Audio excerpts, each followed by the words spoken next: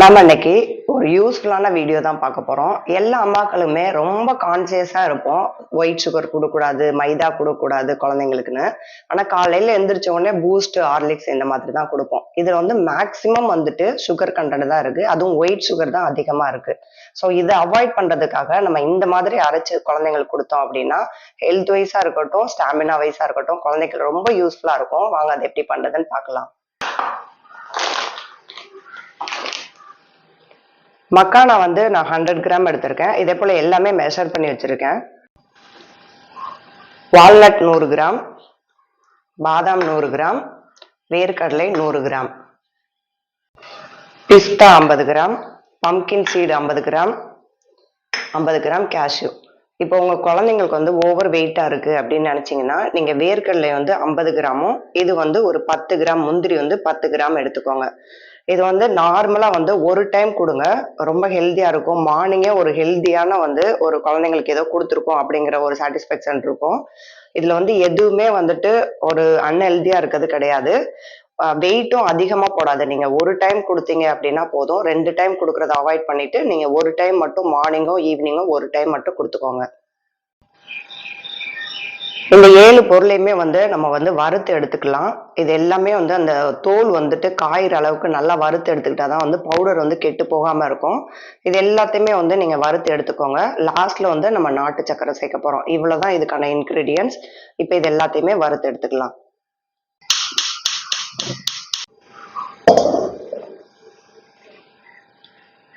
சட்டி நல்லா காஞ்சதும் பாதாம், முந்திரி, பிஸ்தா மூணுமே ஒன்னா சேர்த்து வறுத்துக்கோங்க.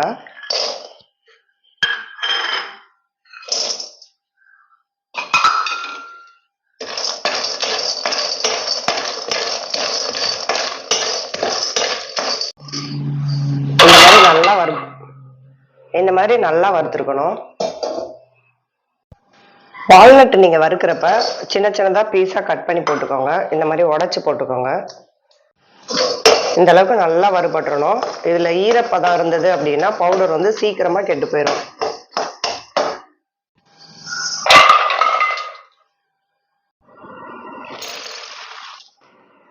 இந்த மக்கானா வந்து லைட்டா வறுத்தாலே போதும்.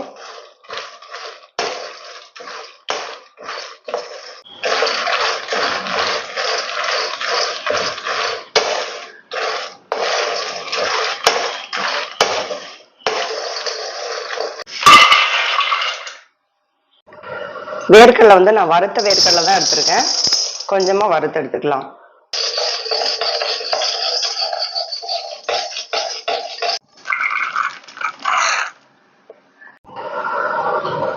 இப்போ பம்கின் சீடை சேர்த்துக்கலாம். பூசணி விதை, இதுவும் ரொம்ப சாஃப்டா இருக்கும். அதனால கறியிடாம வறுத்து எடுத்துக்கலாம்.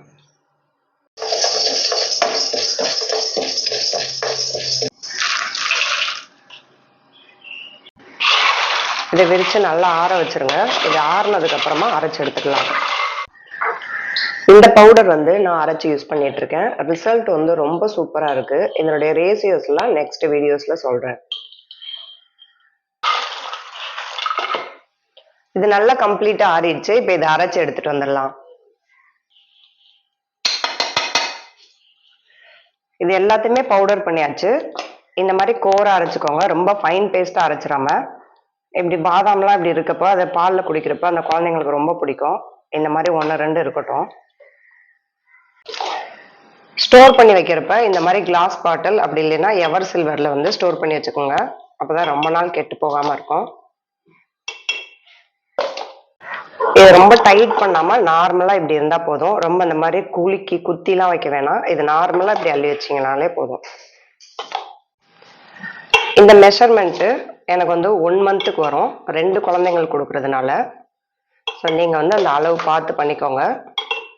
இது 1 மந்த் 1.5 மந்த் வரையும் வந்து கெட்டு போகாது. வெளியில தான் நான் வச்சு யூஸ் பண்ணிட்டு இருக்கேன். ஒரு 1.5 மந்த் வரையும் நான் வந்து இந்த மாதிரி தான் செஞ்சு யூஸ் பண்ணிட்டு இருக்கேன்.